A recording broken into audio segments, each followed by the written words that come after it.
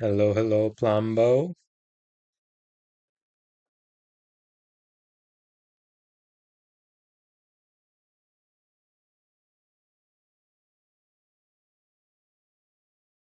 Just a couple moments for anyone else to join if they would like to. So,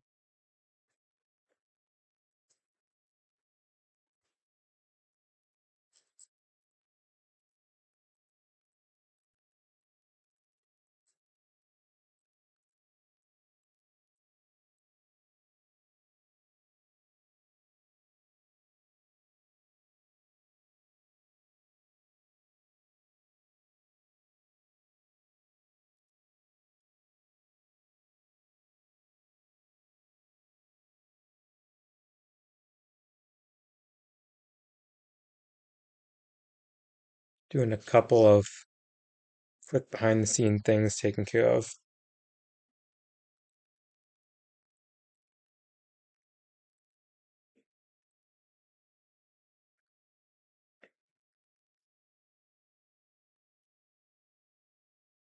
Trying to get out the Discord notification that we're live and it's not going through.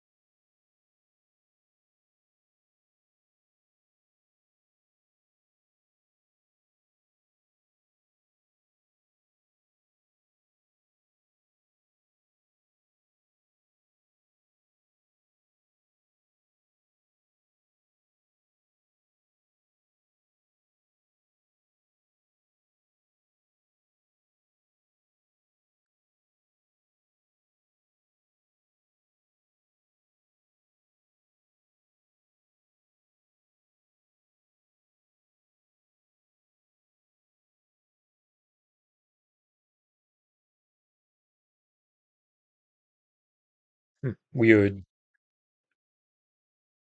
Well, I guess we will get started then, because don't want to drag on this long introduction for too long and just have it be blank nothingness.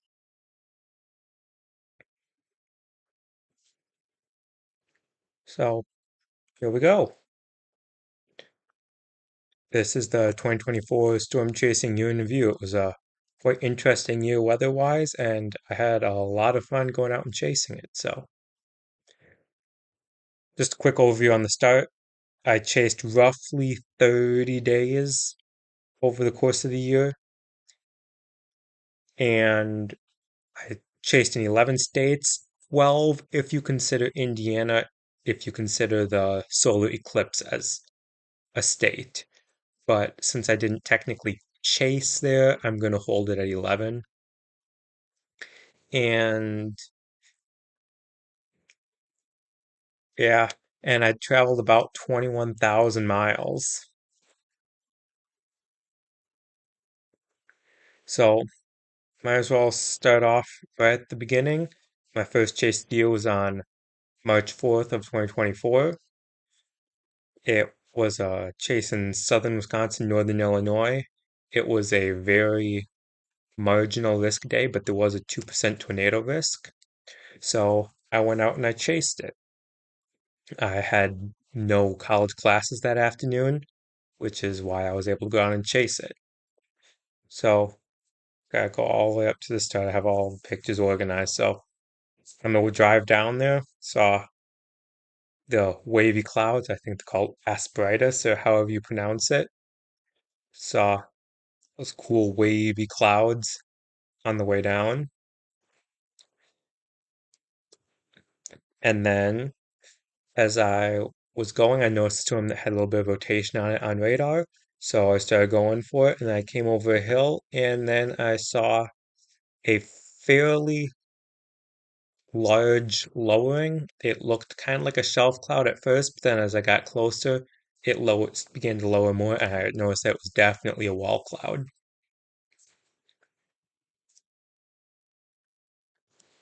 So that was definitely the interesting for the first time that I was out chasing. Got to see a pretty nice wall cloud. It had a little inflow feature right on the bottom of it as well. Just did a quick video of it, and then the inflow wind started to pick up, and I had to close the window right away because I was starting to get pelted by the wind. And then there was a quick little gustnado that passed the road right in front of me that was quite interesting. I'll stick on this for a moment so it replays, but yes, I know the video is portrait, not landscape, but it's the direction I had my phone held right at that exact moment, and if I did not get the camera out that quick, I would not have recorded this at all because at that point I had no other cameras, just my phone camera with me.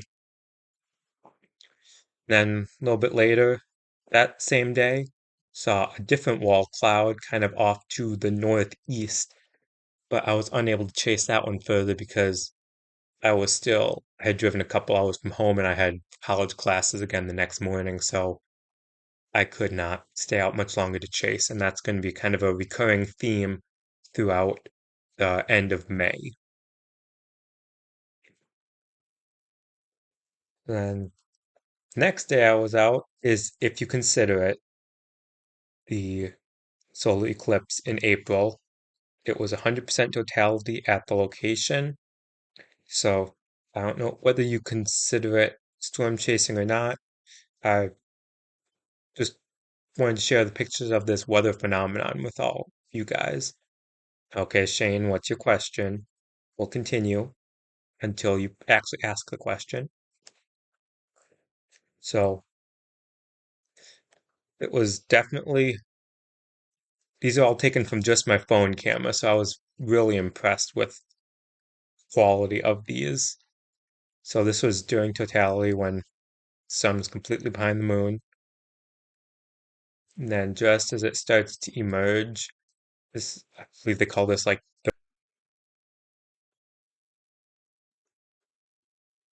and then, yes, then that's pretty much the interesting pictures from the eclipse. Shane, that is a very good question. And that's the hope. If I can get this all squared away and get a couple things worked out, but I'm hoping to go full time with this in the future.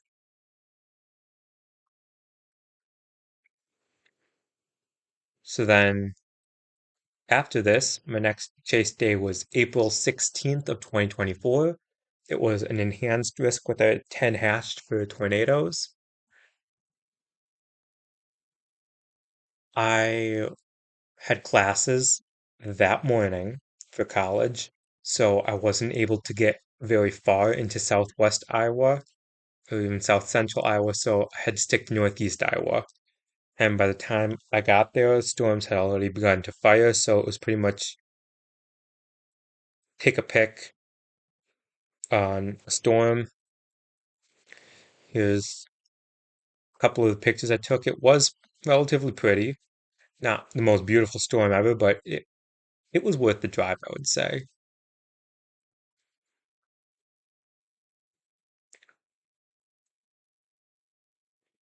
So this was actually a quite interesting chase experience in the fact that I think it's to the next picture.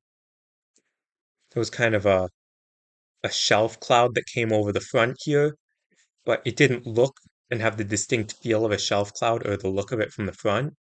But then from behind, once you were underneath it, you just saw it go way up and go back into the rest of the clouds. So this is the interesting part of the chase that I was referring to. So I had radar pulled up and I was like, huh, the storm seems to be getting a little close, but my GPS location is still showing it as like 10 miles or 5 miles to the west of me. And then I was like, oh, that's getting pretty close. And then I saw the shelf cloud begin to go over the road, and that's when I realized that my GPS location was not updating. And then all of a sudden, I got very heavy winds along with this, and I was like, "Well, that's that's definitely a learning moment." Let's see if I have any more. Oh, and then a little bit later, there was some mammatus clouds, mammatus, mammatus, however people want to pronounce them. So that was pretty much the end of that day on April 16th. April 27th.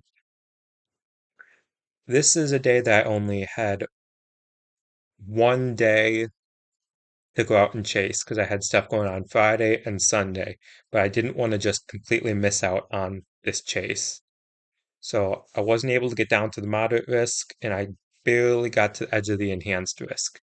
So uh, a lot of what happened was, at least until May, on my chases were Iowa, because it's close enough that you can get to in a day and get back from in a day from where I live, but it's still close enough to some of the more storm action on based on the outlooks. So there was a 15 hatch down in the moderate area. So I got to about the 5% risk area on the 27th of April. So started out with there was a absolutely must have been a lot of cape that day in that area because this updraft just went explosive and went way up very quickly. And then a little bit later, I did see a nice little wall cloud-ish. Not going to call it a wall cloud at this point. It was more of a lowering an area of interest. Then a little bit later, this was starting to become a more well-defined wall cloud, and I kind of just stuck with this storm. And then eventually it did produce a brief funnel a couple of times. It's hard to see in this video, but it was rotating in that area, so there was a brief funnel on this storm. And then there were a couple of other quick, wispy little funnel-like things hanging down, but nothing that would warrant it being tornado warned or anything at that point, because it was just too disorganized. Looked good for a while, and then eventually the storm kind of dissipated.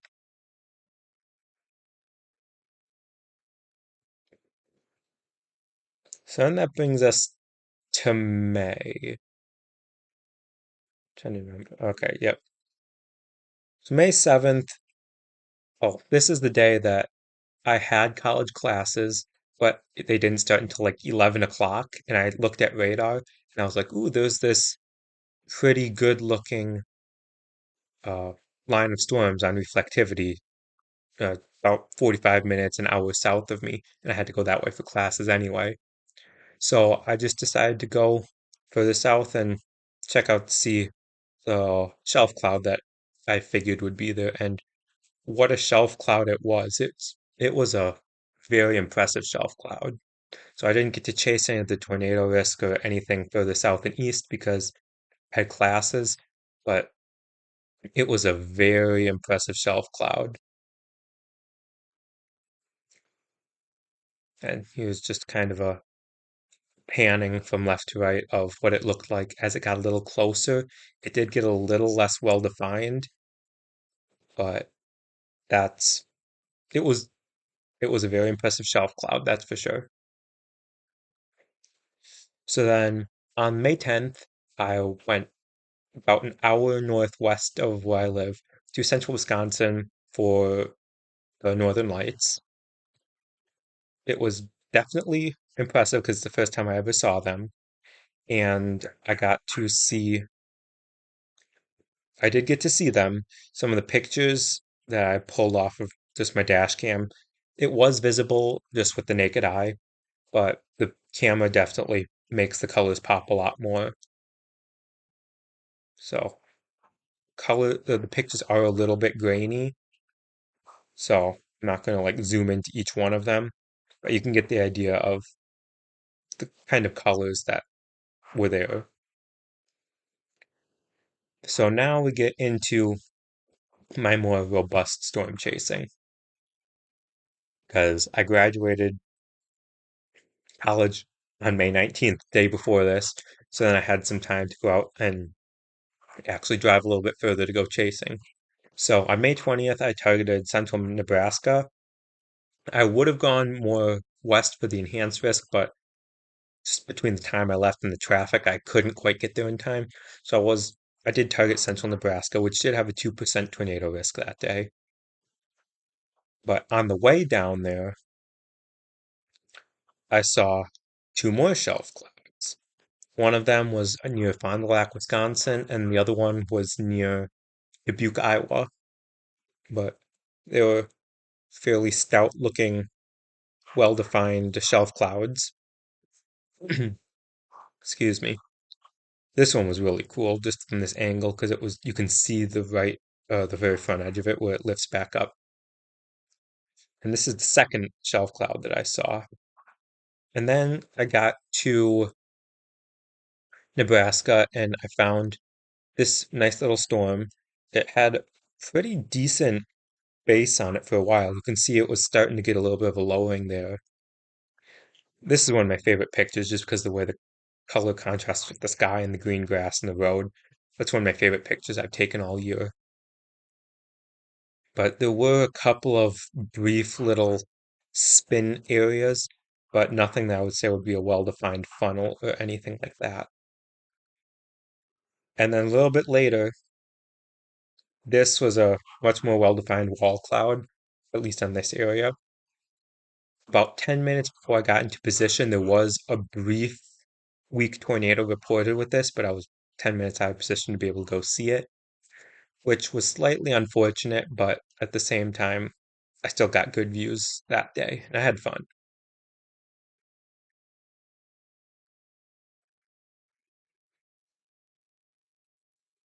So just a couple more pictures of the lowering from that day. And then here we go.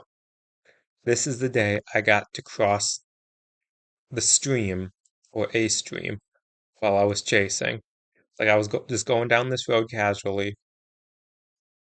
Yep, the creek. I go over this little hill. I see that there's water across the road here, so I hit the brakes before then, but not during when I hit the water because I didn't want to hydroplane. But that was kind of fun getting to see.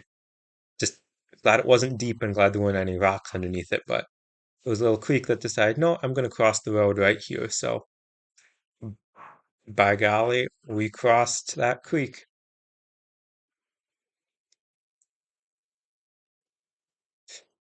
And then for the big day of the entire year, the, or the biggest day, May 21st. I'm sure plenty of you know what that date is.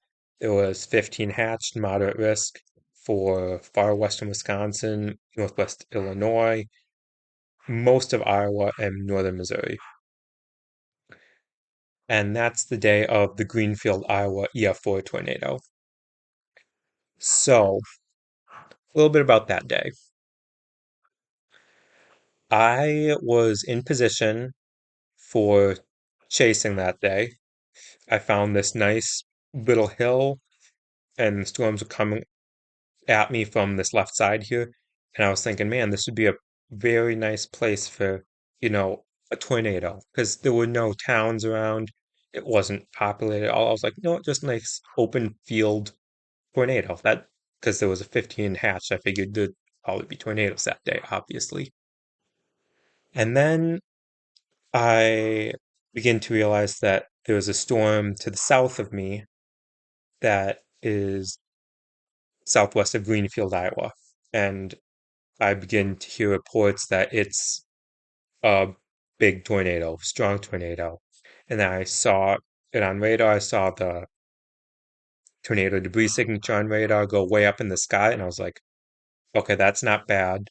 Sorry, that's not good. That is bad. and it was going pretty much right for Greenfield. It's kind of weird because this is me driving through Greenfield, Iowa, about 20 minutes before the tornado crossed, right, pretty much right up here by the gas station. So I was in Greenfield about 20 minutes before the tornado hit and destroyed most of the town or the city. And then at this point, I knew, well, I can't stay in Greenfield. I'm going to get hit by the tornado. So I just began to drive kind of south and east along these roads. Right now, the tornado would be way off back to my rear right. I never saw the tornado, but I knew it was big and powerful and it was moving fast. So I didn't stop, try to get picture, video, nothing. I just drove because I did not want to get hit by it. And then I'll go back one. And then I knew that I had to get back to Greenfield because there would be people that needed help and all sorts of stuff because I saw that it went right through town. But I was unable to get to Greenfield for like another hour because I was constantly trying not to get hit by other stuff. Because I was looking on radar and then there were like four tornado warnings all moving east, and I did not want to drive into a tornado warning, into a tornado on the way to try to help people and then have me be needing help as well. So I got to Greenfield. I I drove as fast as I possibly could to get there once it was clear. Then this is what I came across. This was I did not take this picture right when I got there. This was after I had been there a while. I helped look around. I actually went with the fire department with search and rescue to help look for people because a lot of the immediate search and rescue had been done. People had been pulled out of the rubble, but in the heat of the moment, no one had marked which houses had been searched and which ones hadn't. So we had to go, well, what was house to house and ask people if anyone was still in the house and figure out, and then if it was clear, mark it with a spray paint X so that they knew that that house had already been cleared. And then we got to a house, it was actually I believe it was a multi-family, no, not a multi-family, but it was more than one family lived there. And we got up to there and we heard people saying, hey, there might still be someone under there. So, like anyone should do or would do in that moment, I just went in there and I started ripping things up. It was anything from mattresses, pieces of the wall, roof, anything. And then eventually someone did come out of there. They were okay. They had a little bit of a scrape on their head, but they were overall okay. But then we didn't know if there was still another family or another two people that in there and whether they were there when the tornado hit. They were not home then, and we did rescue a dog who was under the rubble as well, but it was definitely a little bit of a chaotic couple of moments because they had just barely cleared the road with a big front end loader so that they could get fire trucks and other vehicles back there. And they had gotten one of those and had hooked up chains to the front of it and was literally pulling the wall off of the house that had fallen in. So it was making sure everyone was clear and all that stuff so that no one else got hurt while trying to do any of the searching.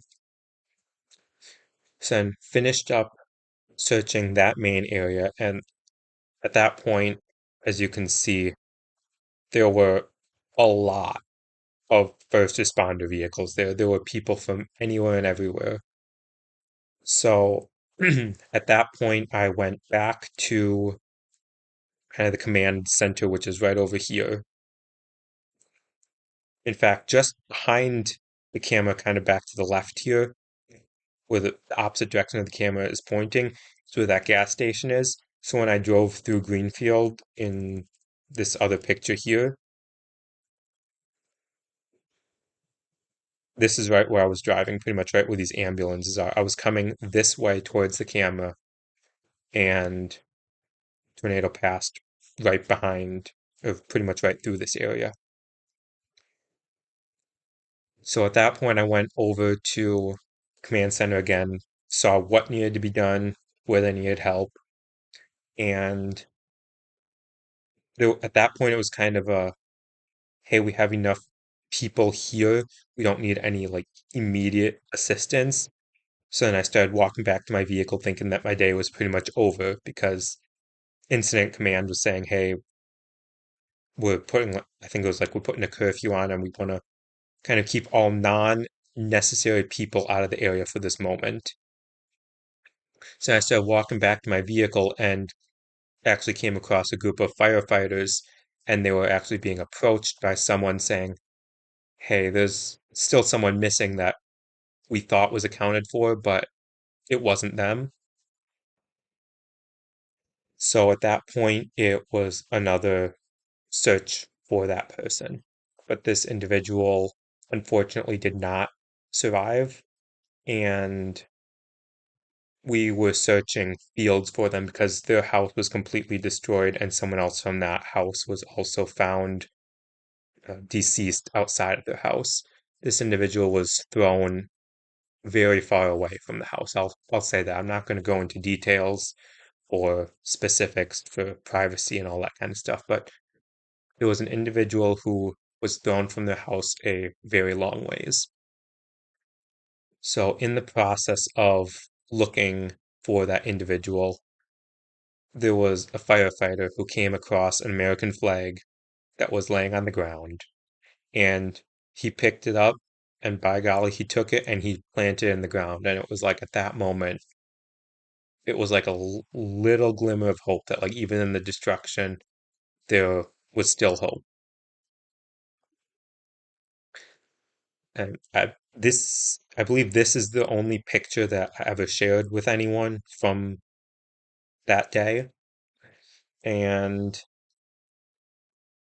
there was also a rainbow right at the end there. It was like, man, I wasn't going to take many pictures that day because out of respect and privacy for all the individuals, but just for people to get an idea of what it was like right after during the incident of and the chaos of looking for people and all that stuff. Between the flag and the rainbow that showed up in the sky, it was like, and this rainbow showed up, by the way, right after I heard that they had found that final individual.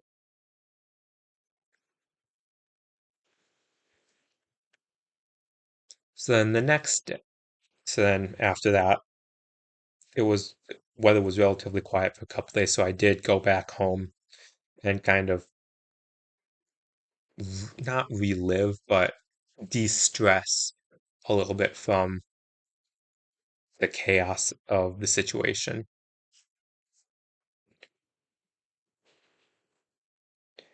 So then the next time I was out was May 25th. This was another 15 hatched moderate risk. And I drove down there. I got to central Oklahoma, and that's when my chase was cut short due to a slightly muddy situation. A couple of you may have heard this story, and I know Plombo knows this story because, well, he's one of the people I talked to while I was stuck in the mud here. But yeah, the road went, yeah, I can call it that. So it was gravel road that all of a sudden went to like the Oklahoma clay with no warning, no sign, nothing. And by that point, I was already on the clay and it was sliding around like ice. I knew that if I tried to stop and turn around, I would get stuck. So I was like, oh man, I just gotta kind of keep going. And eventually, I did get stuck about maybe quarter, three-eighths of a mile down the road. So I got out, I looked at the tires. There was 3 to 4 inches of mud on the outside of the tires. This is after I kicked the mud off the tires with my boots. And then I got back into the vehicle, and my boots weighed like 5 pounds each, and then the entire inside of my vehicle was just full of this clay from my boots and all that stuff. I slowly went a little bit further and got stuck probably another couple 100 feet ahead of this. And at that point, I knew like kicked it off, kicked all the mud off, and I was like, no, I'm not getting out of this right now. And that's when I messaged Plumbo and one of my other buddies saying, hey, like, I'm kind of stuck in the mud right now. So they gave me a little bit of advice, or a lot of advice, and kind of walked me through a couple things that I could try. One of which was a very good idea. It was to lower the PSI in the tires, because then there's more of the rubber of the tread in contact with the ground. So it gives you a little bit better traction. And I knew I had an air compressor with me, so I was like, yeah, that's no big deal. So I lowered the air pressure of the tires, and then at that point, it was just a waiting game of wait a little bit until the mud dries out just a little bit so it's not completely soupy. So I was doing that, and eventually it did dry out enough that I could get out. The road that I needed to turn off of to get back onto gravel was only about a couple, maybe 200, 300 feet up ahead. So I didn't have to get very far, but it was a very good thing that I was not in the path of any severe weather at that point. So then from that point, I just kept driving slowly until I found a nice place that I could stop, get out my air compressor, put air back in the tires. Got to a place that I could stop safely, pull out the air compressor, plugged it in to the cigarette outlet, and it wasn't turning on. Fantastic. So I unplugged it and tried it again. I plugged it in and then turned on the air compressor, and it started for about 2 seconds, and then it blew the fuse, which is just fantastic. It was a slightly older air compressor, but I had tested it before and it had worked. I was like, great. So now I'm almost in the middle of nowhere with tires at like 15 psi. Air compressor doesn't work, so I can't put air back in the tires. And then the cigarette outlet fuse was blown, and of course I didn't have any spares of those with me at that point. So at that point I just had to drive very slowly until I found a gas station with air compressor. Went to the first one, air compressor, out of order. Went to another one. This one was quarters only, and of course I didn't have any quarters on me. And the gas station itself was closed, so I couldn't go in and get quarters or anything like that. So I went to yet another one, which was also out of order, and I was like, oh, fantastic. So eventually I had to drive another 25, 30 minutes to a Love's truck stop where they finally had a working air compressor. Had to pay for that one, but luckily for that one, it took card, or if I needed to get coins, I could go inside or something. But I did eventually get air in my tires and got back on the road. Although it was at about 12:30 in the morning, I'd say. So then the next day, this is one of the pictures I took the next day as I was filling up with gas. A lot of the mud had actually fallen off by this point, but you can see just how much when I was trying to turn the tires a little bit, it just threw the mud all up the side of the vehicle. So then I did pick up extra fuses, so if that ever happened again, I would have extra fuses that I would just be able to replace them right on the spot. So, so then the next day, this day also went moderate with the 15 hatch tornado risk. This was the day I saw my first tornado, so it's quite memorable. So I was in eastern or central Oklahoma. I was in central Oklahoma from the previous day, so then I drove out to the area of higher risk. So here we go. Kind of go through that day. So started out, there was storm kind of, I believe it was off to this way, was the Houston, Missouri tornado. And then off to the south of me, towards the left of the picture, is where there was another tornado warning storm. But both of those were about, I'm just going with random numbers off the top of my head. I think it was about half hour to 40 minutes each way. But I knew the environment because I had looked at all the model runs, looked at the observed soundings, and kind of all the SPC data. And I was like, okay, this is a environment that's primed for tornadoes and pretty much any cell that could pop up. So I was like, I'm just gonna stay here for a couple minutes and see if anything pops up closer. And lo and behold, there was a cell that popped up almost right on top of me. And I was like, okay, this is the cell I'm gonna go for. It was actually a little bit to the west of me. It wasn't right on top of me. So I started driving west towards that storm, and then I look off in the distance and I just see this absolutely massive lowering. I was like, oh boy, that that looks pretty serious. So I got closer to it, and there's another picture of it. And then it started to take on a little bit of a different shape of a lowering, and I was like, okay, that's looking a little more well defined in that area. And then I pull off to the side of the road when I get close to it, almost underneath it actually. And there's these pictures. It was just an absolute monstrous wall cloud with very very visible rotation on it. And then I'm actually going to do this because I have uploaded the footage from this chase to my channel, as this is like one of the first videos I uploaded. But this is when you can just see the rotation in the wall cloud just from here. Like, and this is real time video right here. So this was the day of the Mountain View tornado, and I saw that. I was like, oh boy, that thing means business.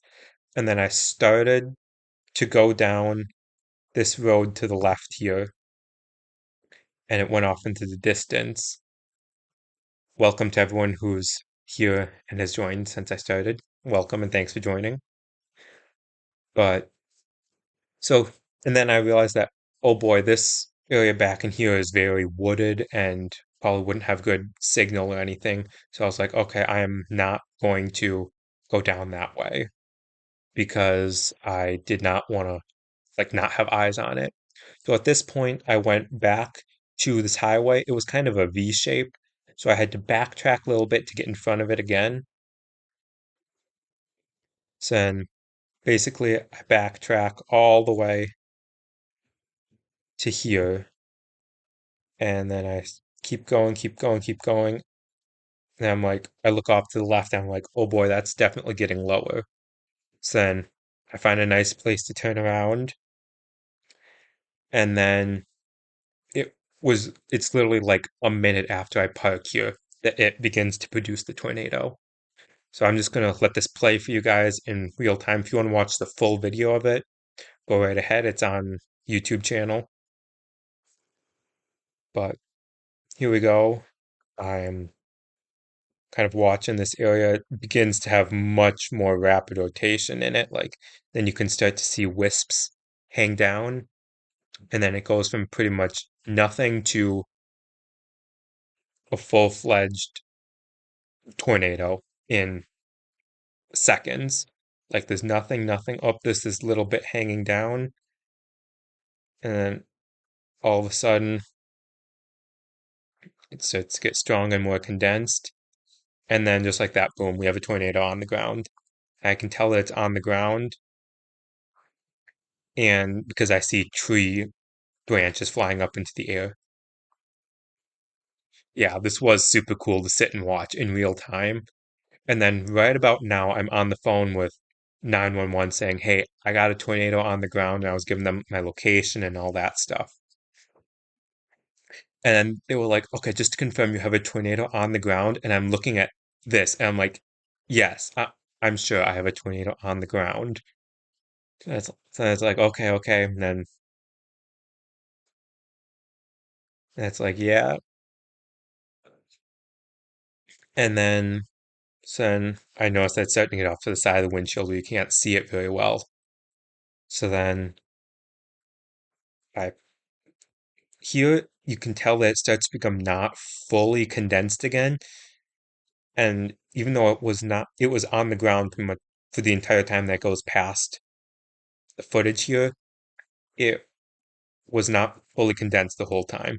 But just like looking at the motion in these clouds in real time, I was like, wow. Because there's the circular area of main rotation there, and you can just see the clouds just carouseling all the way around the bottom of the wall cloud. So even though it doesn't fully look like it here, if you look close, you can still see debris getting lofted up here. You can also, I didn't actually notice that before, you can actually see a bit of a helical vortex right in there.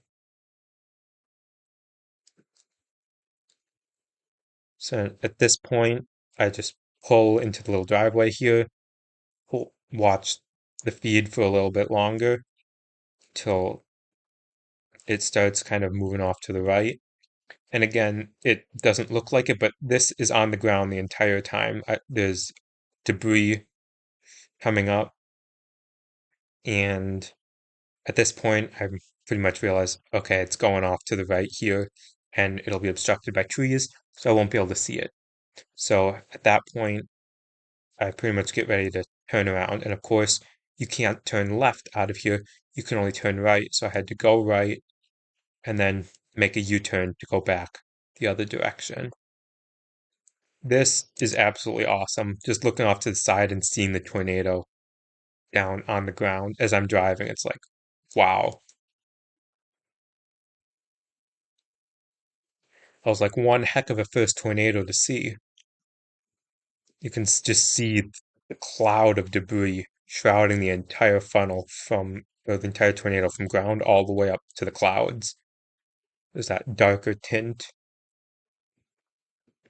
So at this point, I wasn't 100% sure of its track, and I did not know if it was going to cross the road in front of me.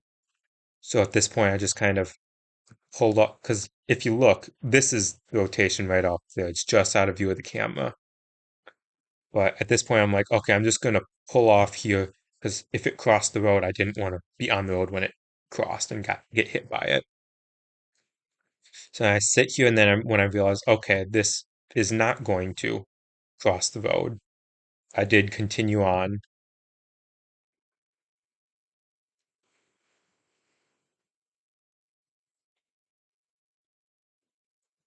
And then there was some tree debris in the road here that had just gotten lofted from the tornado off to the left. The tornado didn't cross this road here, but it threw the debris from there over to the road here.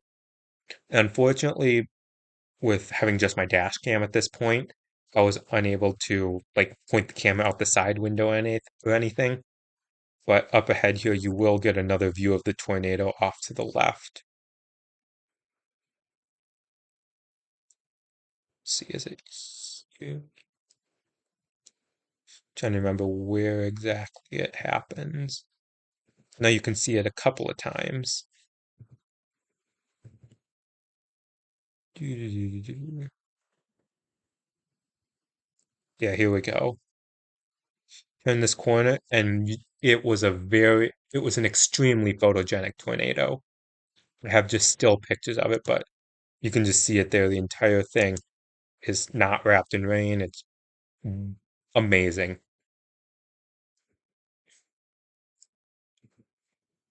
Go forward a little bit. Here's where you can really see it. It's like when you think of a tornado, like that's what you picture. Extremely photogenic. I know I've said that like 100 times, but I'll say it again. It was very photogenic.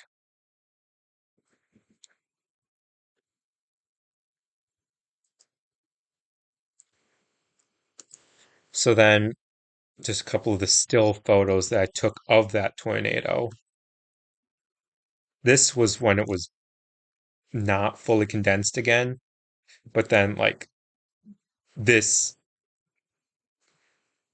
like, it was awesome to see. Here's when it was starting to rope out, and then that's when it did rope out. And then, of course, after it roped out, there was still visible rotation of the wall cloud in front there. Oh, don't want to spoil anything yet. So then from this point, I keep going, and then I get word that the potential house is hit. So I was like, okay, I'm I saw the tornado, I'm here. There's people that could be trapped in the houses, so off I go. So then I turn around and just drive through the absolute pouring rain at this point, back into a little subdivision.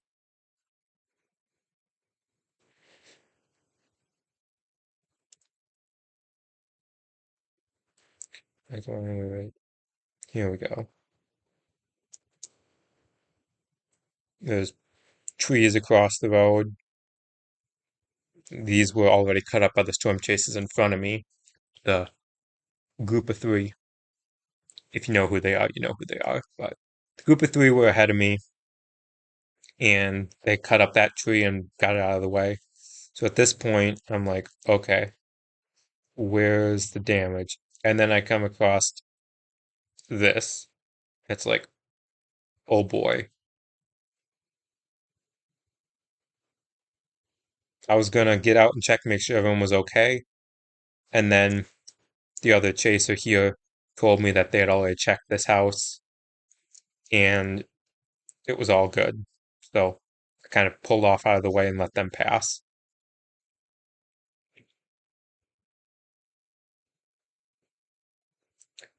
And then right about here, I ran over a board of some sort. I hear something under the vehicle, but can't figure out where it's coming from. I get out, I look under the vehicle, can't see anything anywhere. So I'm like, okay, it must just be a weird noise. So then I keep driving because, well, I have to. So then I keep going further back here, looking for it. And then luckily, everyone seemed to be okay from what I was able to gather and what I heard after the fact. But then my chase ended right up here. I was driving, and then little did I know that this here is a massive water-filled pothole. So at that point, I hit it and whatever, and then I just hear a very distinct rubbing sound. I get out of the vehicle and I can smell hot wood. And I was like, okay, whatever was under the vehicle got dislodged when I hit that pothole. So, and then I realized that, oh, there's a massive 2x4 wedged in between my front left wheel and my suspension. So at that point, here we go. I take off the front wheel jack. I jack it up, take off the front wheel, and there's the massive piece of wood that got wedged beneath the tire, in between the wire, or the tire and the suspension. My only chance of getting it out was to take the tire off. So I did, and then I noticed that there were two nails sticking out of said piece of wood, and I was really hoping it didn't puncture the tire, but deep down I knew that it probably did. But at that point, I put the tire back on and continued driving. At that point, I just monitored the tire pressure. And when I realized that, yep, the tire pressure is definitely going down, I was like, well, okay. I didn't have any tire patch kits with me. Not that that would have even helped because I had no idea where the puncture was. Like I looked on the tire and I couldn't find the distinct puncture mark, but the next day I was able to get the tire patched. But it was also interesting because I believe, if I remember correctly, this was Memorial Day. So a lot of the tire repair shops weren't open. The only place that was open that I could go to get my tire patched was Walmart. And by golly, the Walmart Auto Center did a good job on that tire. So I'm happy with that. So that was May 26th. Excuse me. May 27th was just because I was down in Missouri. This was just me driving back home. So since there was a marginal risk, I was like, yeah, I might as well chase it a little bit and see what's there. There was no tornado risk. It was just, I think it was mainly wind. So there were a couple of pretty storms, but overall nothing insanely awesome, which is kind of to be expected from a marginal risk. Saw a little mini rainbow off to the side there, and then at another point I did get to see full rainbow, so that was kind of nice. Next, we move on to June 2nd, which is another central Nebraska chase. It was enhanced risk with 5% tornado. So I went out and I believe I don't remember what city it was near, but got out there June 2nd, saw some cool Mammatus clouds, once again, however you pronounce them, however you prefer to pronounce them. And then it was an absolutely massive storm.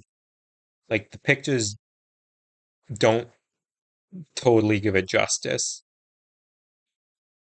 but it was just absolutely massive. And it was hard to get a good picture to focus just because there was so many different colors of the bright light down here or up here and the dark down there. The contrast made it harder to get a decent picture of it, but it was an absolutely massive storm.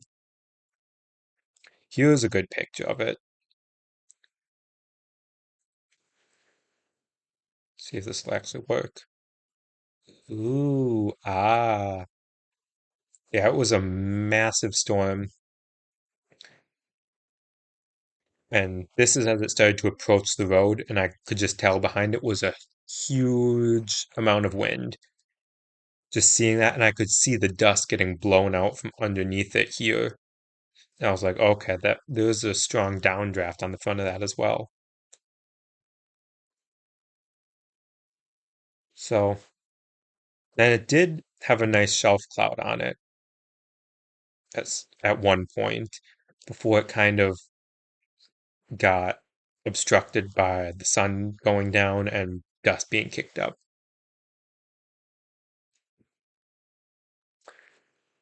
And then drove all the way back to southern Wisconsin for June 3rd, which was pretty much it. Okay, I'm gonna say it was a bust. There was a pretty storm, had a decent shelf on it, but it did have a bit of a lowering at some point, but that was mostly shelf cloud. But it was pretty much a bust.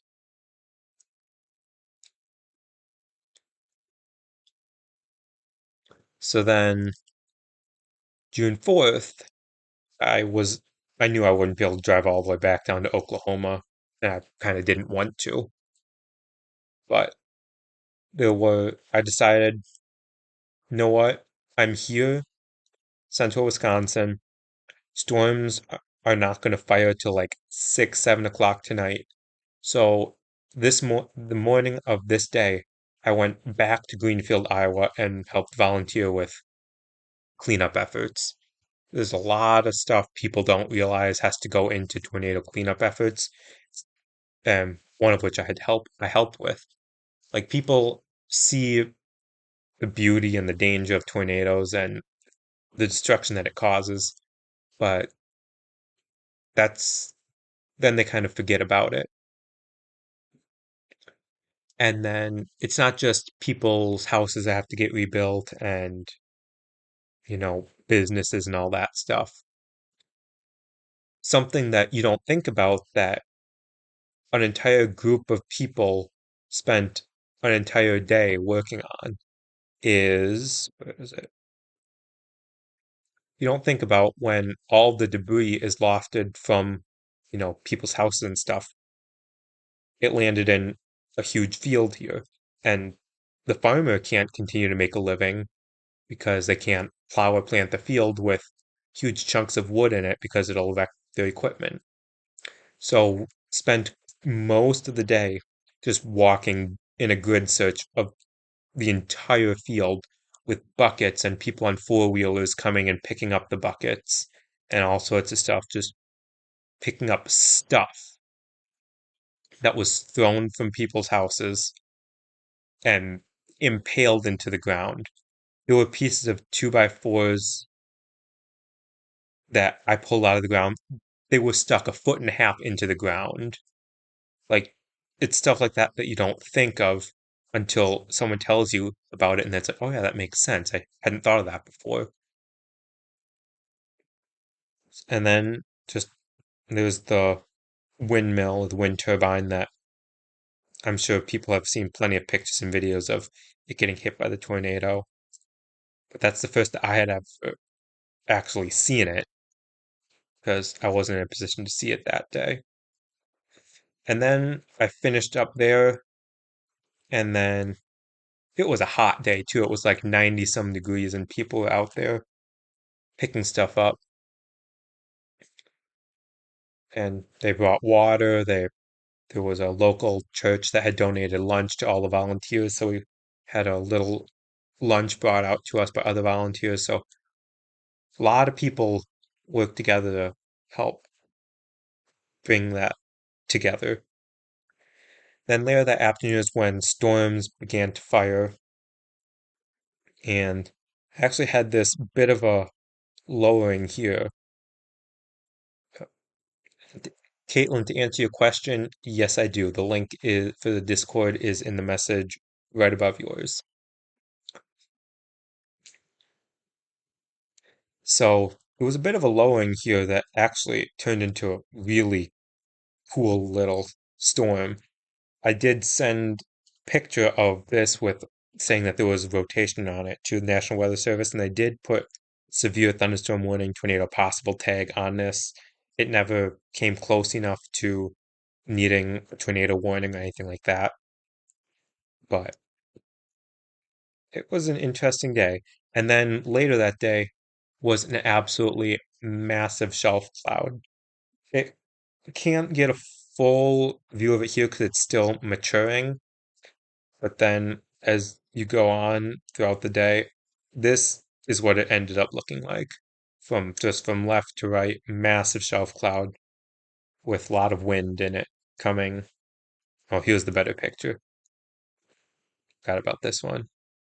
It's just massive shelf cloud that went from one horizon to the other. It was beautiful. So, next day was June 13th. This, I noted that this was a stationary location. I was not chasing this day. My family was actually camping in northern Illinois, so I was not storm chasing. The storm actually came chasing us. But I did get a couple of pictures of some cool mammatus clouds and just beautiful sunset with the clouds up there. And I was like, you know what? These are worth sharing. So yeah, and then I think it was like 10 o'clock at night, we were sleeping, and all of a sudden, all of our phones went off with a destructive severe thunderstorm warning rated for 80 mile per hour winds. So like, yep, here we go. Winds at our location definitely did not get up to 80 miles an hour, maybe 50, 55 miles an hour, but we weren't in the bulk of the wind for the warned area. All right, now we get to June 17th. There was a slight risk in Wisconsin, Minnesota, 2% tornado risk. And yes, that does look oddly suspicious and slightly inappropriate, but that's just the tornado outlook that the Storm Prediction Center put out.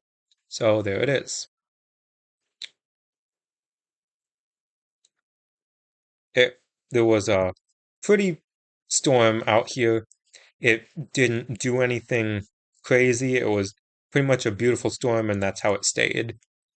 Didn't look like it was anywhere close to producing a tornado at any point or anything like that. But I did get to see an awesome sunset with clouds and the rays of sunshine going through the clouds behind the hills. It was awesome. So, got to see a pretty storm and a pretty sunset. It was a win in my book.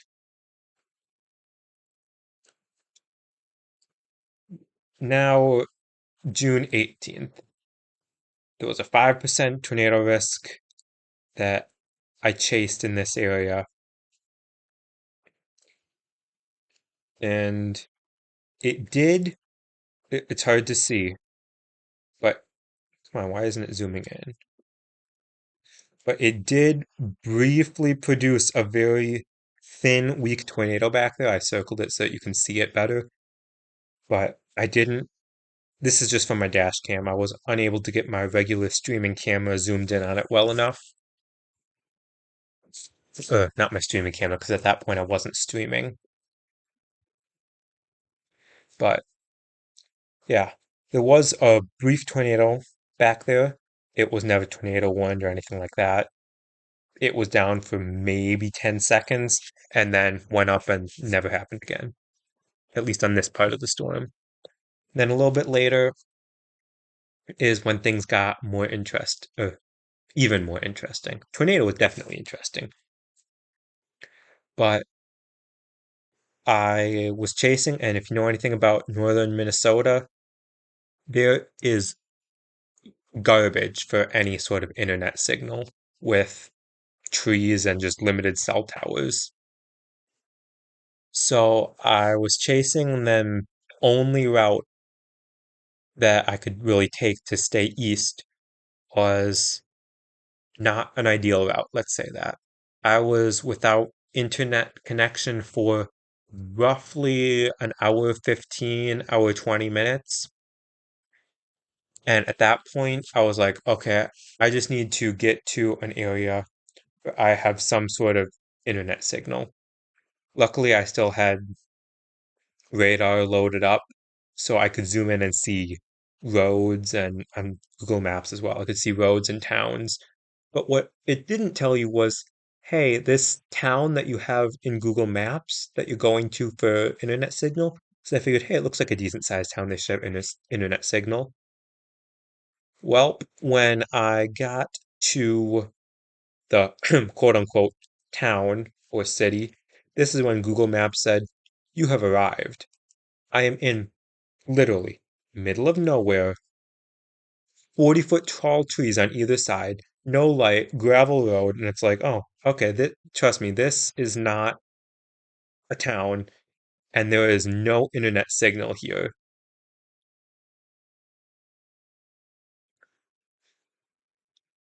It literally looked like, what's a good way to describe it? It looked like there were a couple of people with a cabin up north. There's, well, from Wisconsin, I think up north as northern Wisconsin, but it was pretty much a couple of little, mostly rundown looking cabins, pretty much. I was like, yeah, no. At this point, I have still had no internet signal for about an hour, 5 minutes at this point. I had my handheld radio for National Weather Service, and I was just like listening. Okay, as long as I don't hear anything saying tornado warning has been issued, I'm like, okay, I'll be okay, I'll be okay. and just kind of keep driving.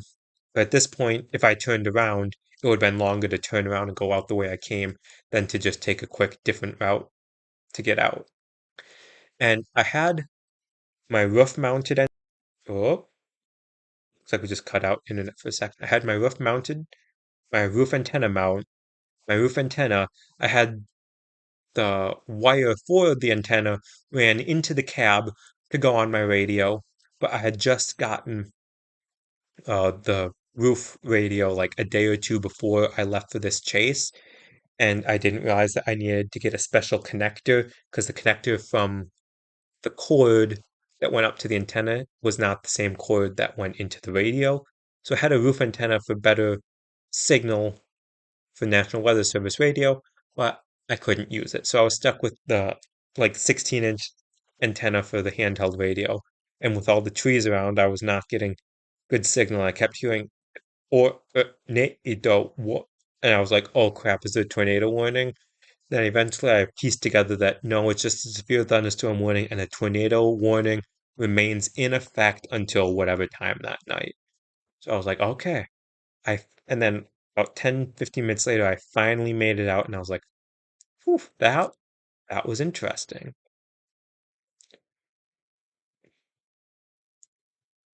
Then I got back to the interstate and started driving, and got these couple of screen captures of some pretty nice lightning in the sky. So that was nice. Nice little way to relax after that little excursion. So the next day was next chase was 24th through the 25th, which was an overnight risk in pretty much central Wisconsin to western Wisconsin. Basically, there was a line of storms that I remember this night quite well because they didn't upgrade to enhanced until like maybe I think it was the 20Z update. So at that point, I was like, okay, it's my home state. It's it goes over my house and it's an enhanced risk. I have to chase it. So I quick took a little nap because I knew I would be up pretty much all night chasing. I left house at probably 9 o'clock at night and then just started driving northwest for the overnight linear storm with possible embedded tornadoes. So no, I didn't leave at 9 o'clock. Maybe I did. What time is this? Yep, I left at about 8:30, or probably 8 o'clock. So I got to see the sunrise, or not the sunrise, the sunset go down that night. And then here we go. This was, I thought I saw something off in the distance, but I was unable to determine with just the brief flashes of lightning. So I took a video of it, and it was definitely a bit of a lowering right in front of me here. See if I can freeze at the right frame, be able to see it. Uh, Here we go. Playback speed. There we go. This is what I wanted. No, not that.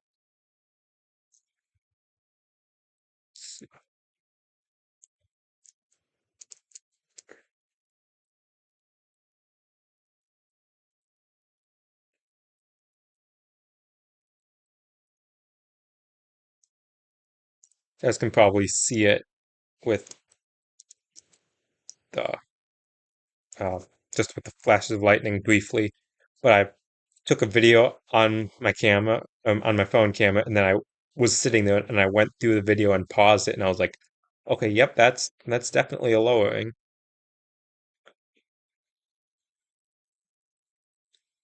For whatever reason, one of my other screen captures is not here. I wonder, did it get pushed to the wrong day?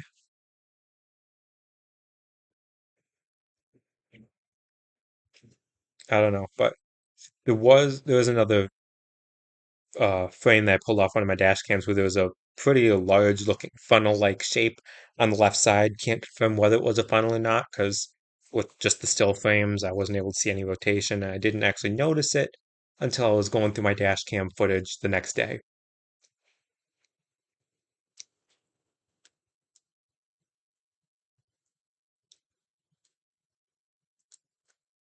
Yeah, so then goes to July 14th. There was a slight risk and pretty much chased this corridor down here.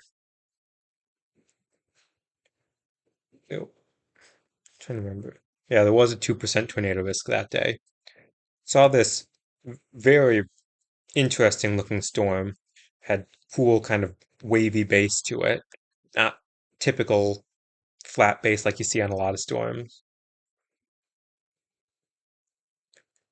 And then it did have a wall or not potential wall cloud. It was a lowering off to one side at one point.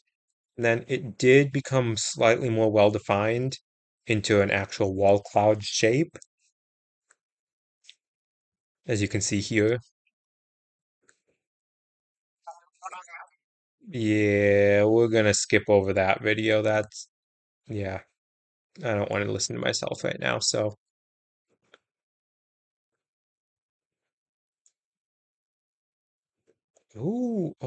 I forgot. This is the Hanover tornado day. The, this storm did produce a brief, weak tornado. You can kind of see it here and there, and that kind of roped out. It was only on the ground very briefly, but I put together a quick time lapse here of what it looked like. Kind of see it kind of organized there. Then you'll see it kind of fade off to the right side there. It was very brief, but it was definitely on the ground.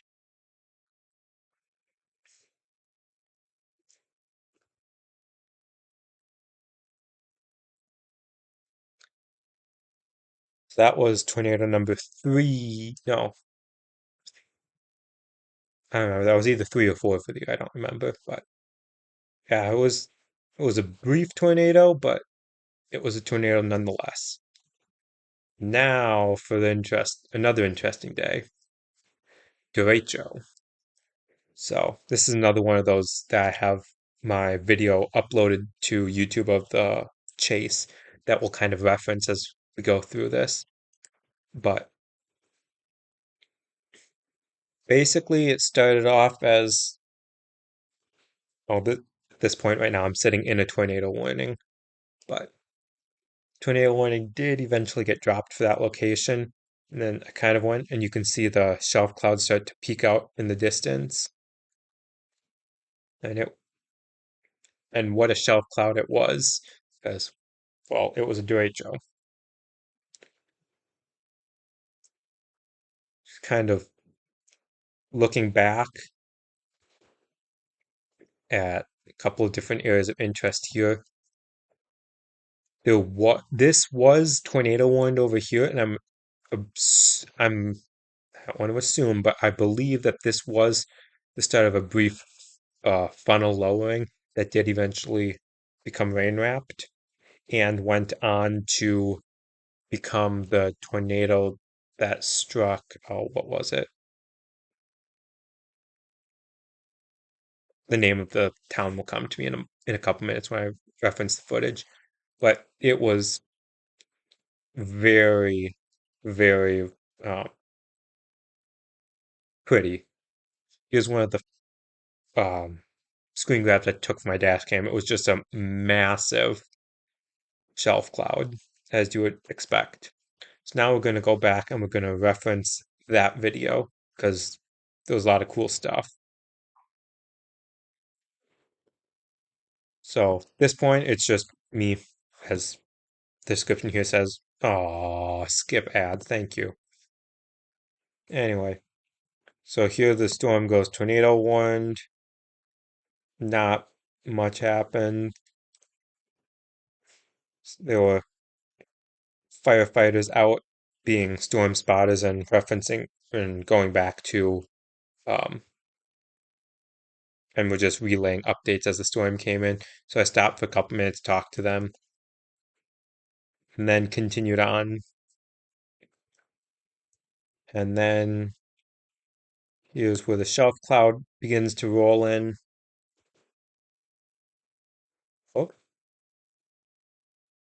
Yeah, so there's a shelf cloud rolls in,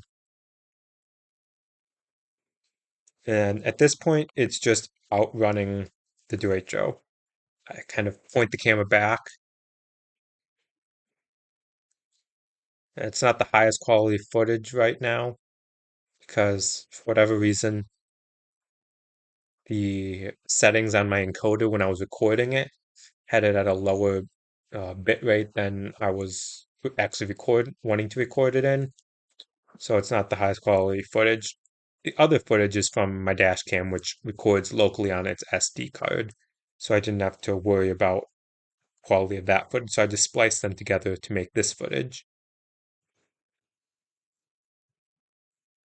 And then, like, here's what it looked like as I was kind of driving towards it. The road network was very limited. So I was like, okay, I think I can make it up to this next street and turn right before I get absolutely blasted by the wind. So I do believe I was able to pretty much, I was like, oh boy, it's getting close, it's getting close. Like the wind itself was starting to pick up, but the precipitation hadn't gotten to me yet. So I was able to make it to the next street and start driving out of it again.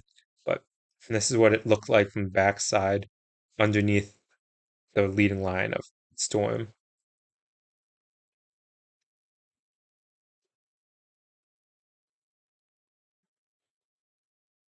And then kind of just keep outrunning it for a while because it was moving fast. Then here's that insane shelf cloud that I was talking about. Oh, I was on the interstate back here, and then I saw that there was an area of circulation off to the right with a CC drop. It was close to radar.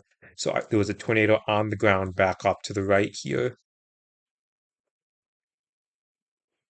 So if you can just see the awesome striations in the shelf cloud as I drive towards it.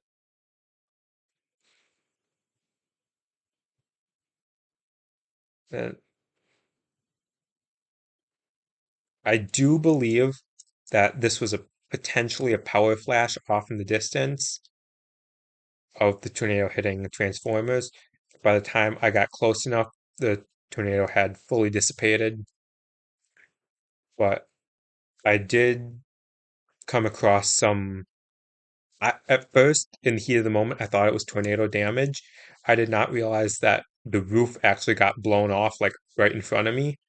That's all I saw. Here we go. If you look off into this area right here,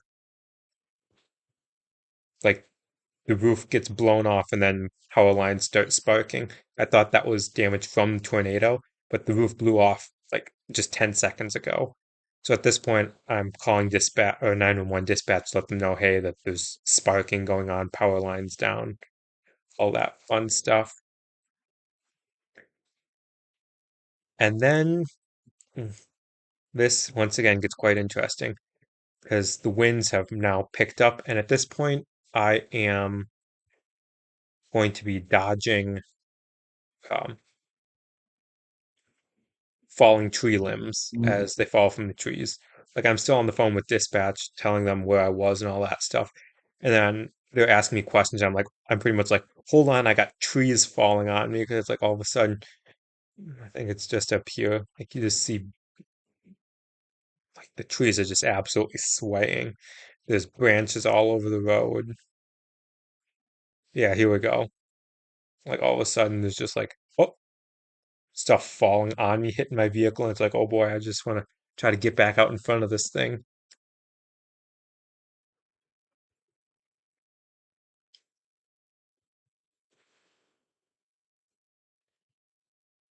And then this is where the Kiwani, that's the name of the town that got hit by the tornado that I actually go and see in a little bit. But here we go. Do do do do. Yeah, this is when I know the wind and the rain were absolutely blasting me that day because I was driving right through it to get. Yeah, I took a radar shot of it and popped up on screen. This was the rotation, like almost right over Kiwani. And then, so at this point, I'm like, okay, I'm pretty dang sure that they just got hit by a tornado. So at this point, I'm going to make sure that everything's okay. And like, I'm driving, and all of a sudden, oh, hey, we got a tree on the road. Just mind if I squeeze around that side there? Keep going, find multiple more trees down on the road.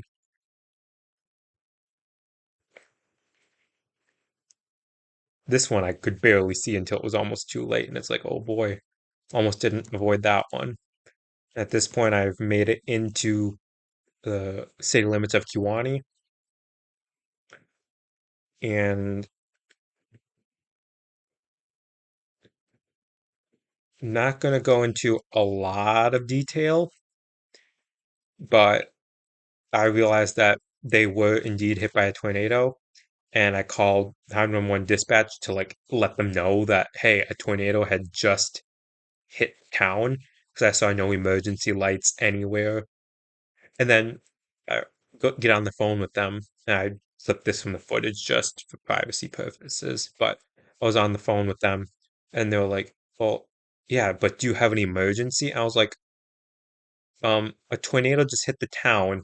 There are power lines across the road, so I can't get to these houses back here, and I don't know if everyone's okay." And then they're like, "Well, do you know if anyone's injured?" No, I don't know if anyone's injured. The way they just said, well, is there an emergency? It's like, well, a tornado just hit a town. There's power lines down everywhere. Trees are down. People's houses are damaged. And I don't know if anyone's stuck in those houses. It's like you think that they would be a little more, you know, ready to listen to what you have to say. But, but yeah, eventually, I did see emergency services and I actually talked with a couple of them. And then they were pretty much saying, they didn't realize that I wasn't from here. They were like, no, just go home and stay home. And it's like, well, my home is in Wisconsin. I'm in Illinois. But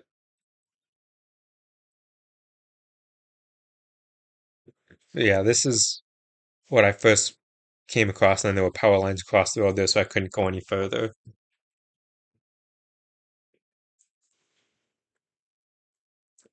So then, at this point, that's when I just decided to stop, collect myself, call 911, let them know what's going on, and then they pretty much tell me to go home.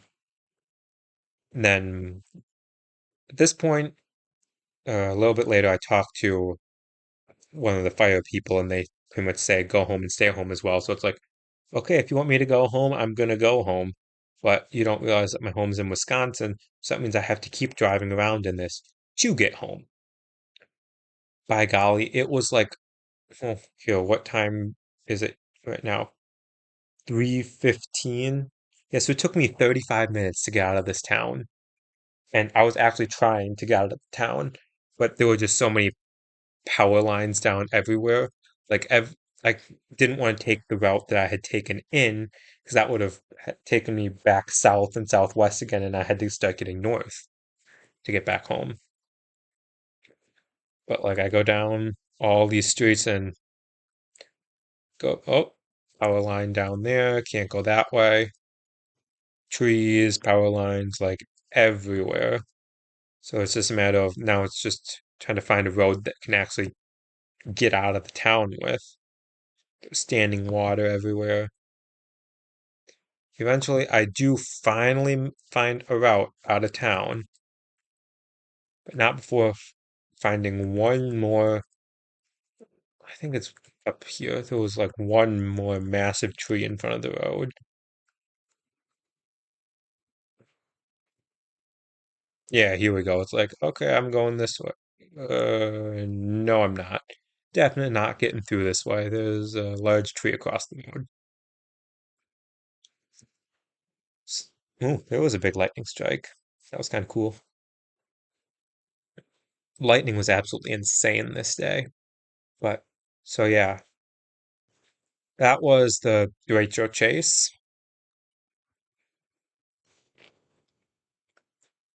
Next, getting close to the end of my number of chases here because I was out of state in California for about 2 months helping with family stuff. But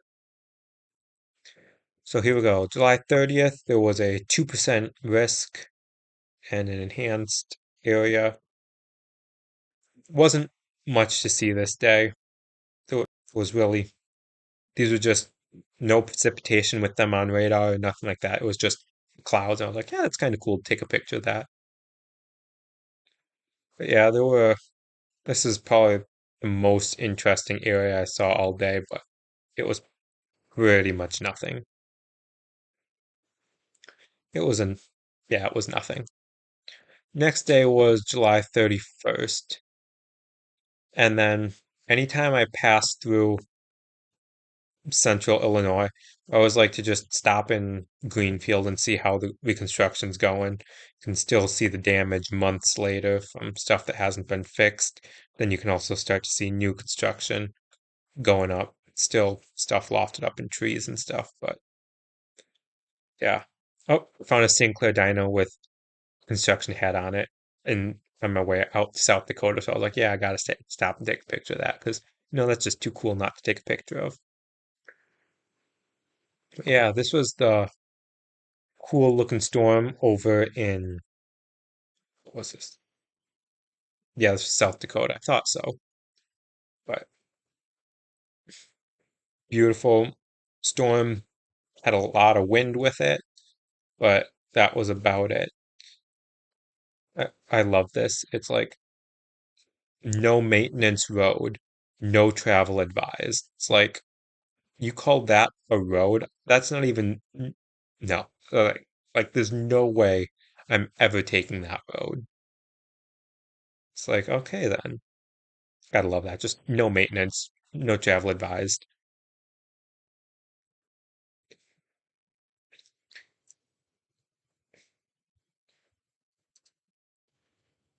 I would have the road that but it wasn't quite so overgrown. And with the vehicle I have, it doesn't have very high clearance. And with the ruts here, I didn't want the undercarriage of the vehicle to scrape the middle here. If there was like a branch or jagged rock or something, I didn't want it to like rip my transmission apart or something. So I was like, yeah, definitely not going on that road. But yeah, that was basically the end of Chase that day. Pretty storm. That's about it. And at this point, there's no way I was going from central Nebraska all the way to Kentucky. So I just decided to chase the 2% tornado risk in southern Wisconsin because, well, I could. And there was this pretty storm. I believe this is by Portage, Wisconsin. Had minimal rotation with it at some point. It was like right there, but it was so minimal. It was like nothing. But then I was chasing a different storm. I was like, okay, this one's kind of crapping the bed, so I was going to go get a different one. I miss my turn, and I look over, and lo and behold, I see twin land spouts. Like once again, camera quality isn't fantastic because at this point I still didn't realize that it was not recording in high quality from my camcorder, but you can see the two little stacks there, which was kind of cool. I tried taking a picture on my phone, but by then it had kind of dissipated. But yes, that was definitely really cool. And my way back up to northeast Wisconsin, there was a pretty stout shelf cloud. This is right over Oshkosh, Wisconsin. Like that was impressive.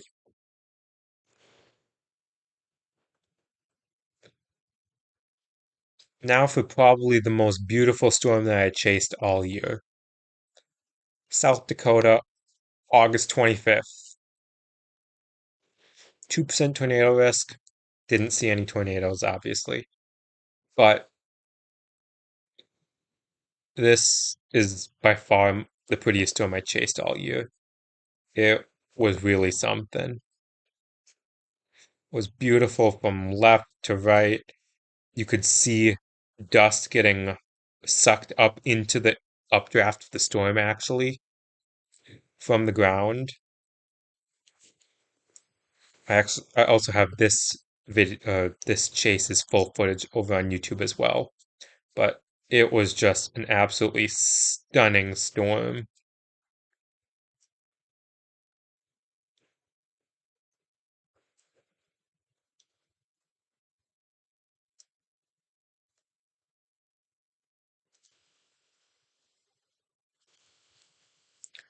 Like I just pretty much couldn't take enough pictures of it because it was just absolutely stunning. It seemed to just keep getting more and more beautiful as the night kind of progressed.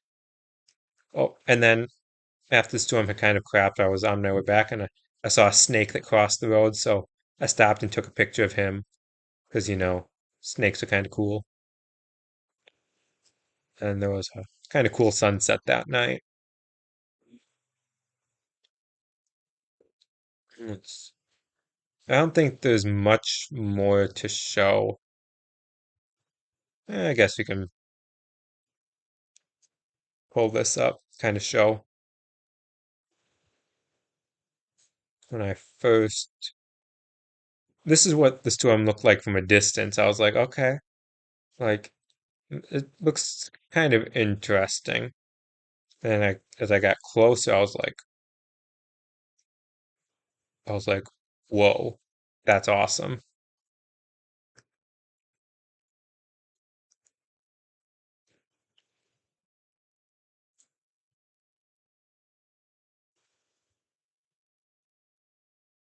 You just kind of see it roll in.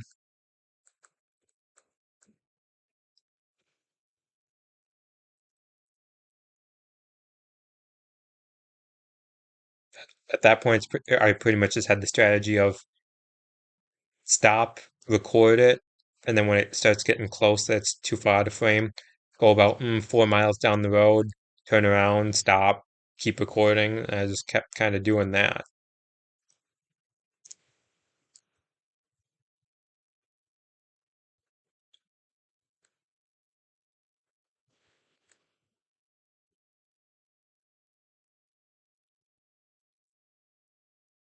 This is actually what it looked like on radar, so it looked somewhat interesting and it had some rotation in it, but the shape of the storm told me that there's pretty much no way that it was going tornadic. It did not look tornadic at all. It was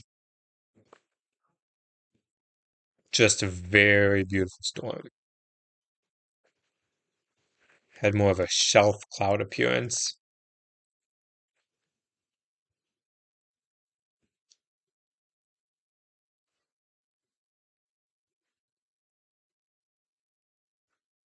Oh, yeah, here's where you can get like a full view of it as I turn around. But yeah, it was definitely the prettiest storm that I chased all year.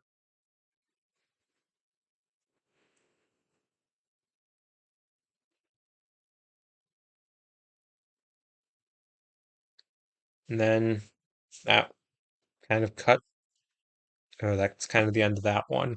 If you want to watch that full video, you can, of course, over on the YouTube channel. August 26th was an enhanced risk. Ah, this is the Wilmar funnel day. So this is a day that I started off with many technical difficulties. My camera was not giving input to my computer. My GPS units weren't working, so I tried starting recording like 20 minutes before this, but I finally just got it started at this point. Began to have a bit of a lowering, and then it got really low to the ground at one point. And then a little bit later, it produced that funky looking funnel, but it was definitely a funnel cloud because it had rotation in it. But yeah, this storm gave some really cool views. that day.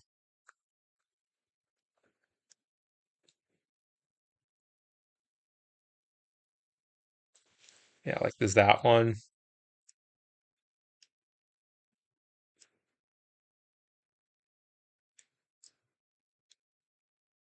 And then 27,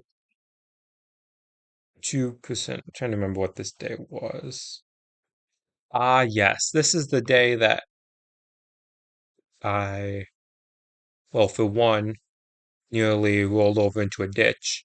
I had pulled off to the side of the road to check radar, and the grass must have the grass very carefully covered up just how steep the incline was.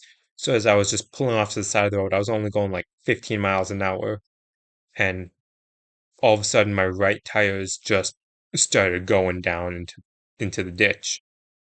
So I knew I didn't want to crank the wheel back left because otherwise I would just not be good at the speed I was going. So I did was actually continued going down into the ditch a little bit and then came back up. So, 'cause, I still had the momentum to make it up. But saw this, it was kind of pretty. But then I was looking at the model runs for later in the day, and there was absolutely no convection anywhere in like the risk area for like 6 hours straight. So I was like, okay, I'm in southern Wisconsin. I just got to get to northeast Wisconsin to get home. I'll just start driving. I get about 30 minutes closer, or I start driving for about 30 more minutes. And then I look at the latest model run, and what do you know? It convects. So what do? Make a U-turn. And I'm glad I did. Storms went up pretty quickly. Saw this beautiful sunset near Peru, Illinois. And then all of a sudden, there was just a line of updrafts going on all around me from for like 180 degrees. I actually went back and found this is what this was my location, and these were all the little updrafts going on in that picture. There were just like 5 or 6 updrafts all going up at once.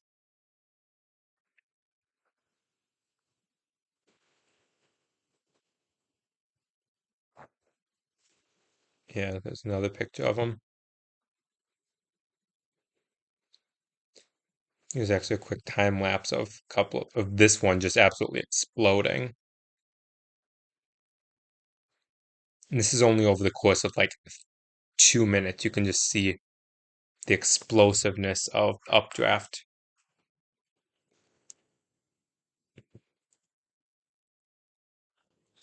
And then a little bit later that night, I did see something mighty suspicious.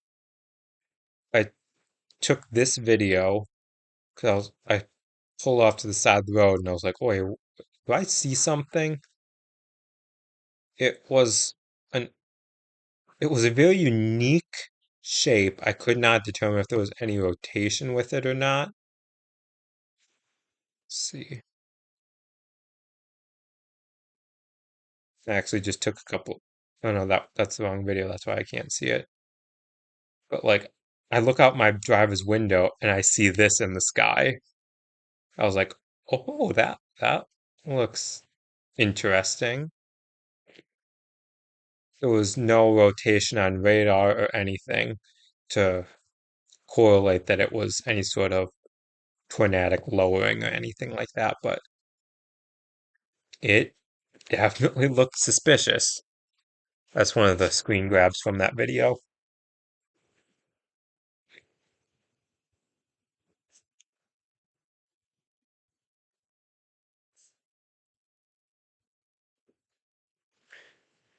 And then August 28th, I was still out chasing. I was on my way home from chasing this day, so didn't see much because it was literally a general thunderstorm risk day. But there were a couple of storms with a little bit of structure on them, but nothing super interesting, obviously.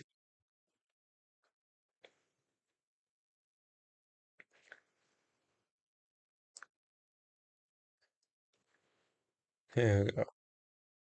Now we get onto that overnight risk for Texas, Oklahoma from November 17th. I left on the 16th, so I was in Iowa when the sun went down. There was actually a really cool rainbow sunset at the same time. It was a awesome sunset. So it's always cool when you can see pretty and cool stuff when on a way to a chase and you haven't even gotten to the risk area yet. And then these are from the wrong day. These are from the 18th. But so these sunset pictures were from the 16th, 17th into the 18th. I was chasing that overnight risk, which I do have that live. I did live stream that one, but it's not high my highest quality by any means because I did not have my Starlink yet. So it's just going off of a little hotspot, which there was not a lot of signal in many areas, but it is out there nonetheless. And you couldn't really see much because it was dark and there was very, very limited lightning. So, yeah, limited lightning. So even though can normally see stuff at night with the thunderstorms, the lightning, you couldn't this time. So it's kind of a hey, just drive and kind of go based on radar, and you can't see anything. You just have to trust that it's there. And then, yeah, the next day, I was chasing that cold core tornado setup in Kansas. I also live streamed that one.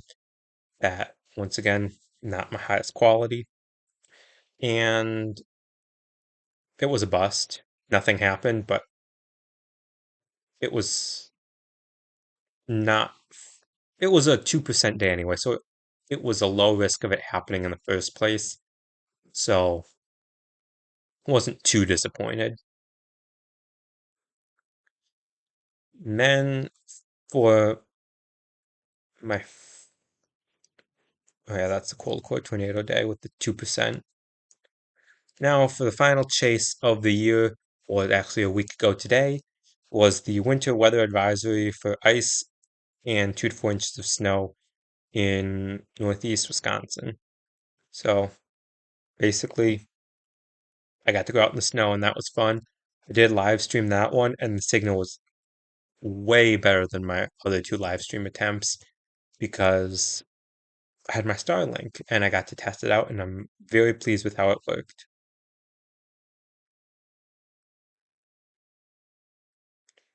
So yeah, I was very pleased with performance of the Starlink, and I got to test out my recovery boards because just up here, kind of by that curve, is where I stopped, take more pictures, and when I stopped, I sunk in the snow and the ice underneath. When I tried to accelerate, I began sliding sideways towards the ditch. So I did not want to keep doing that. So I used the cover boards 2 times within a couple 100 feet of each other right here for finally keeping my momentum going to get out of there. So basically, that is it for the review of chases this past year. If anyone has any questions or anything that they want to put in the chat, let me know and I'll be happy to answer them. Otherwise, I will begin to wrap things up.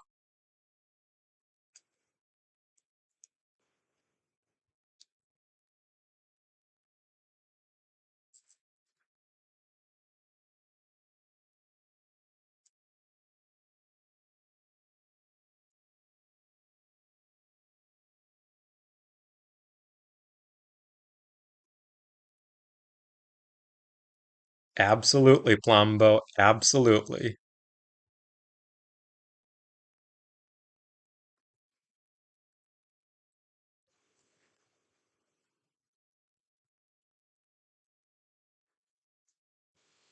What did I learn about storm chasing this year? Well, if I had to pick one thing is expect the unexpected and be prepared for anything. Never know what sort of equipment you'll need in your vehicle.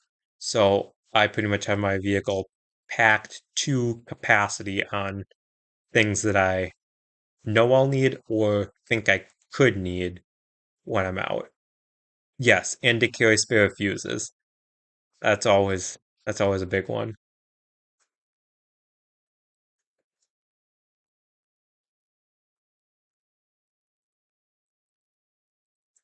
Yep. Carry spare fuses.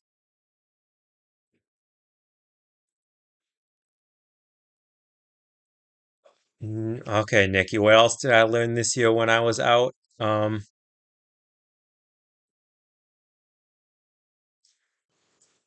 Hmm, trying to just come up with memorable things. Um,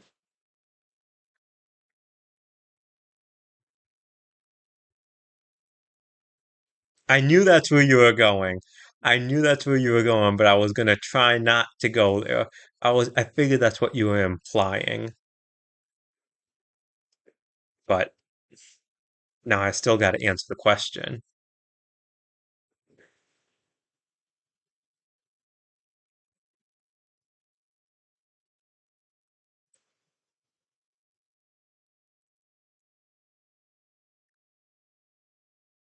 Uh,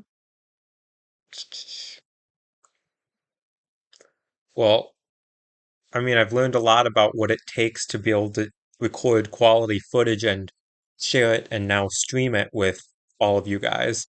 At For the record, at the beginning of this year on my very first chase when I went and got that Gusnado in northern Illinois on I think it was March 4th, I had no equipment other than just me driving and my phone that had radar up on. And since then, I have very much so invested in quality equipment that I need to properly record, share, and track the storm, such as, you know, a stand for my laptop so that I can monitor radar better, camera for the front and the back window so I have two cameras that I can switch from. You know, internet's always a big thing. I'm so glad that I now have the Starlink. That'll make a huge difference for next year. Um, so yeah, just overall how to share and present um, all the views that I see. My vehicle is front wheel drive.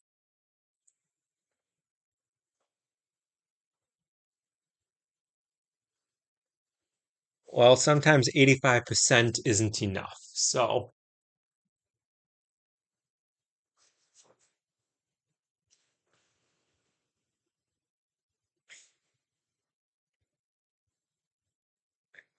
yeah, front wheel drive, 2015 Buick Encore.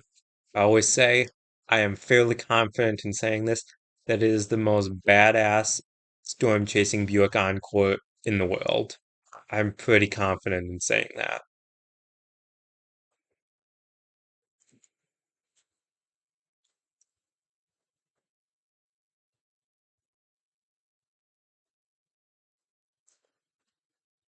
Whatever you say, Nikki, whatever makes you happy.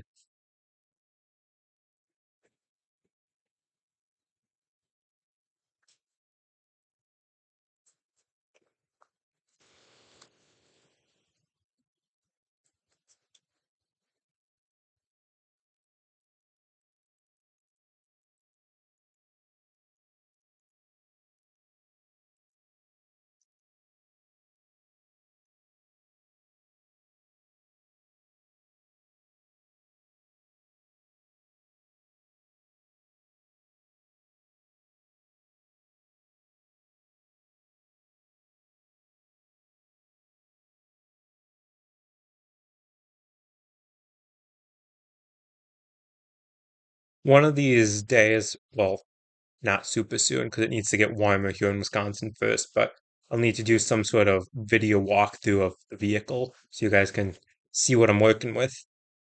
But I ain't doing that when it's 12 degrees out because that's just not fun.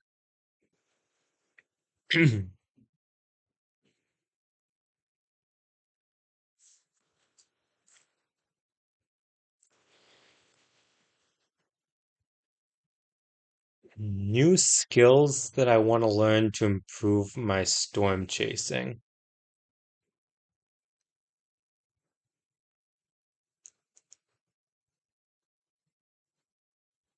Oh, shush, Nikki. It's not. No, I'm not using that as an excuse. 40 is still too cold to go out and do a video.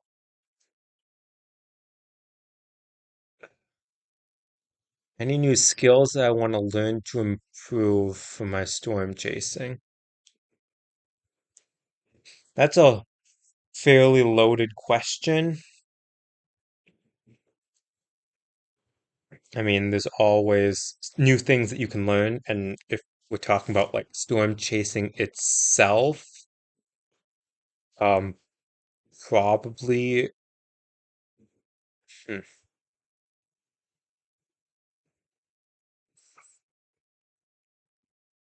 I'd say probably being more decisive on when I choose a storm, just kind of go with it and stick with it instead of saying, well, this one looks good for right now.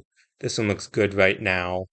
It's like which storm will probably be better in the long term. So chasing, it's not just chasing your tail, it's actually having I don't want to say long-term goal, but a thought ahead plan of what you might, which storm might be better in the future.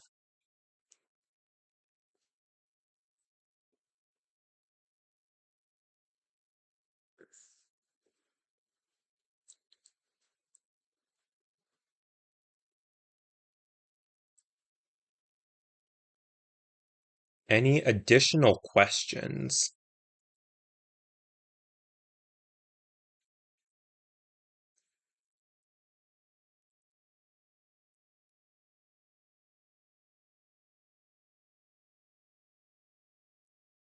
or comments or really anything?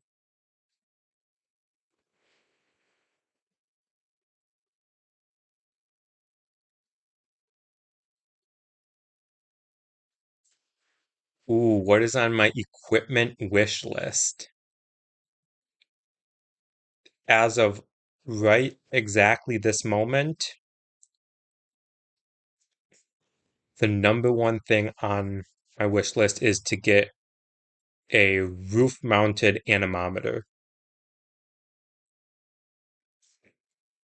because I have a handheld one, but it's such a pain to use because for a couple reasons. I'll go into detail. One, if it's raining, you have to open the window to use it. Hence, rain, wind, water coming inside vehicle. Number two, if it is not raining and you are out in the middle of summer, if you open your window for 2.3 seconds to take a wind reading, you will have hundreds of bugs in your vehicle that you will be swatting at and trying to stop from biting you for the rest of the evening and possibly the next day. So I have a roof mounted anemometer in mind that I think it's by InSpeed is the brand that it's just a magnet mount goes on the top of your vehicle, records winds of you can get two different speeds, but I would get the one that can record speeds up to 200 miles an hour for wind, and then it just displays it on like a little display that you can wire into inside of your vehicle. So yeah, that would probably be number one on my list right now.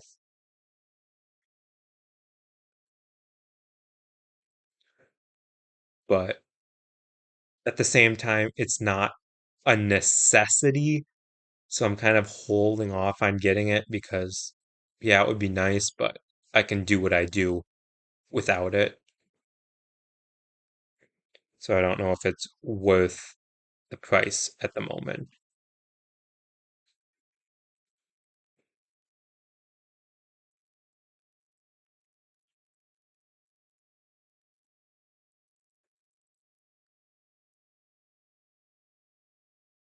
That was a good question.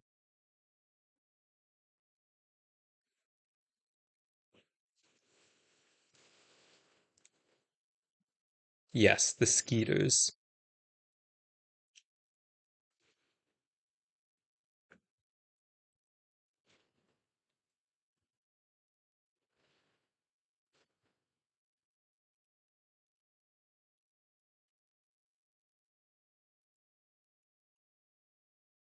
Yes, if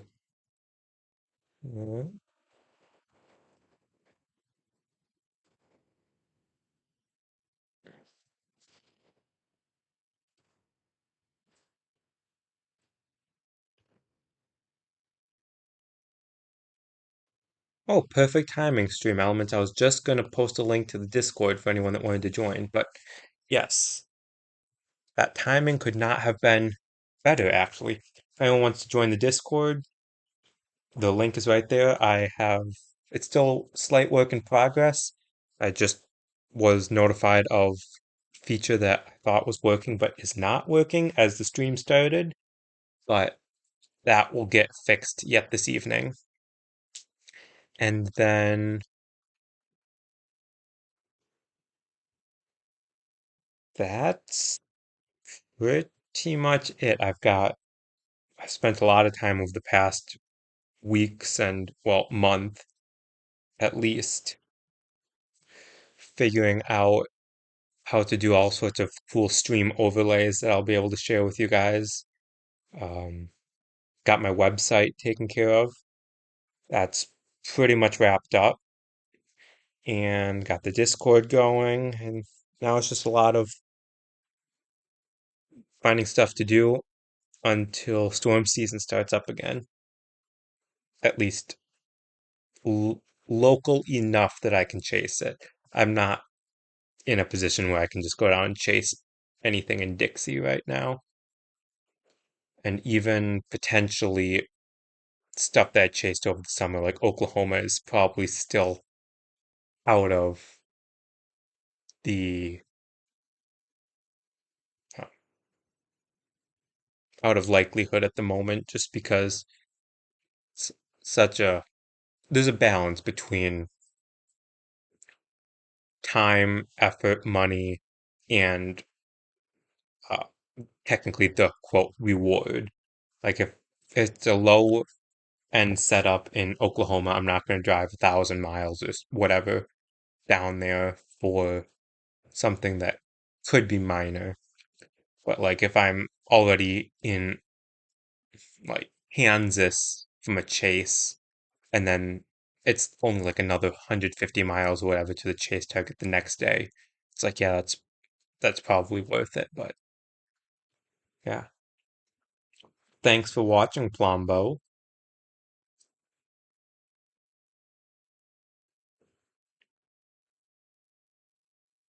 Yeah, I'll give it probably another minute or so to see if there's any more questions, and if not, I'll wrap it up.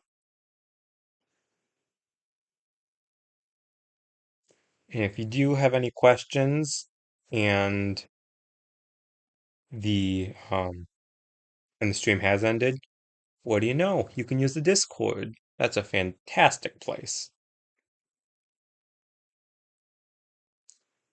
Yep. Happy New Year to everyone. I hope you have a fantastic New Year and fantastic rest of this year as well, which means hope you have a good day tomorrow. So, on that note, I am going to log off. Thanks for watching. If you haven't, check out the other videos that I have posted on YouTube. Subscribe so that you get notifications for the new videos, and join the Discord if you want. So, have a good night, everyone.